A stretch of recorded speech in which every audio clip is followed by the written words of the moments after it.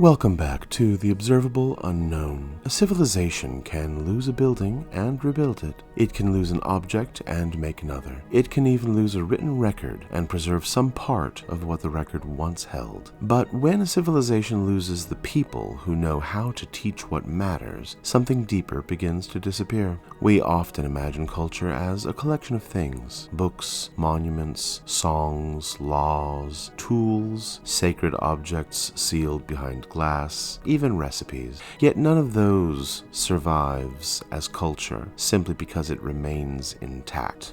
A violin preserved in perfect condition isn't music. A recipe nobody can cook isn't a meal. A ritual nobody understands is choreography without memory. Culture survives when someone shows another person what to do, what to notice, and why any of it really matters. Joseph Henrich has spent much of his career studying how human beings became so dependent upon socially learned knowledge. One person can't rediscover agriculture, navigation, medicine, metallurgy, mathematics, and law within a single lifetime. Human intelligence isn't powerful because every individual understands everything. It's powerful because people inherit fragments of knowledge assembled by many minds across many generations. Henrich describes this as cumulative culture. One person learns a method, another modifies it, a third notices when it fails, someone else adapts it to a new environment. Over time, the result can become more complex than any single person fully understands. That's why people can perform a practice whose origins they cannot explain. A community may know that a particular preparation makes a food safe without knowing the chemistry involved. A sailor may read wind, cloud, water, and birds without being able to reduce the judgment to a short set of rules. A craftsperson may reproduce a technique refined by people whose names have vanished. Knowledge accumulates inside practice. The person carrying it doesn't have to be its inventor. They only have to keep it alive. Peter Richerson, working closely with Robert Boyd, helped develop a theory of cultural evolution in which learned behavior can spread, persist, and change across populations. Culture doesn't move only through deliberate instruction. People also copy what appears successful. They follow respected teachers. They conform to what most members of a group are doing.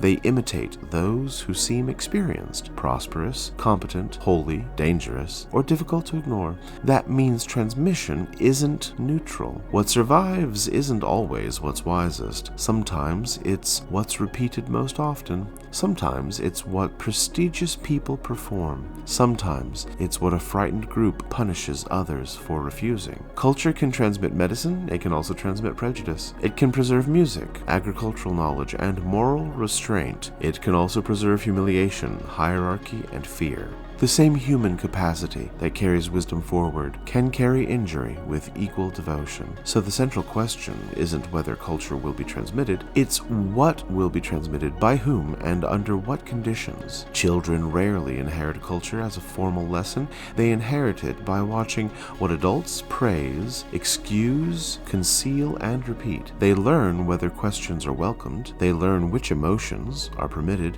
They also learn who speaks first, who serves, who apologizes, and who is never expected to. They may forget the rules they were told. They're less likely to forget the rules they saw enacted every day. This is where transmission enters my relational topology of consciousness. A culture doesn't arrive in the mind as a sealed package of information. It enters through relationships. Someone corrects you. Someone rewards you. Someone laughs when you mispronounce a word. Someone tells you that people like us don't do certain things. Someone else quietly teaches you that people like us always do. The culture becomes part of the self because it was carried by voices that mattered. That also explains why people can experience cultural change as personal betrayal. A practice may look unnecessary from the outside. Inside the family, it may be attached to a grandmother's hands, a father's approval, a community's survival, or the only remaining evidence that displacement didn't erase everything. To abandon the practice can feel like abandoning the people who carried it. Yet to preserve it without understanding may turn inheritance into repetition. Civilizations persist through teaching, not preservation. Preservation protects the object. Teaching protects the relationship between the object and its meaning. A museum can preserve a loom. Only a weaver can teach the tension of the thread. An archive can preserve a prayer. Only a living community can teach when it's spoken, how it's heard, and what silence follows it. A book can describe a craft. A teacher shows the student where the description stops being enough. This is why transmission requires much more than memory. It requires selection. Every generation decides, consciously or not, what deserves continuation. Some practices are repeated because they still serve. Some survive because nobody dares examine them. Some are discarded too quickly because their value isn't visible to people who never had to depend upon them. Others are preserved long after their purpose has vanished. In my system of narrative architecture, plot is what happens. Story is how what happens changes relationships. And transmission is the process by which those relational changes outlive the original event. A war ends, yet its cautions become family rules. A migration ends, yet thrift, vigilance, or silence moves into the next generation. A person survives disgrace, and descendants inherit a code about reputation. A community survives persecution, and remembrance becomes a duty. The original plot concludes, the story keeps teaching. That's how culture survives us, not as a perfect copy,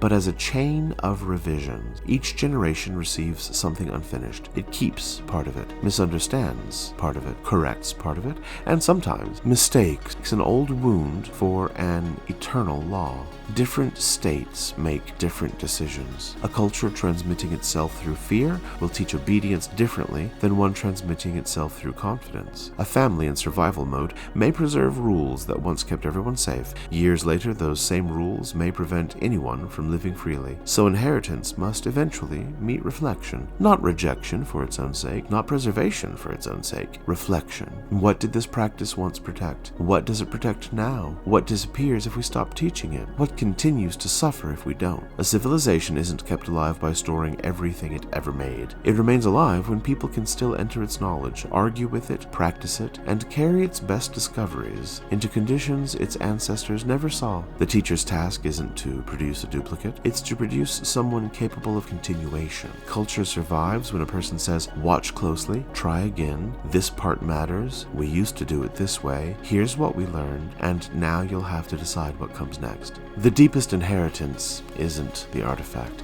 it's the capacity to remake the world that gave the artifact meaning. If this interlude made you think about what your family, profession, or culture taught you without ever naming it, make that known. Leave a rating or a review, not for recognition, for signal. So what deserves to survive may find more than storage. It may find a teacher.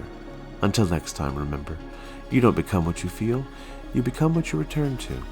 And what you return to returns as you.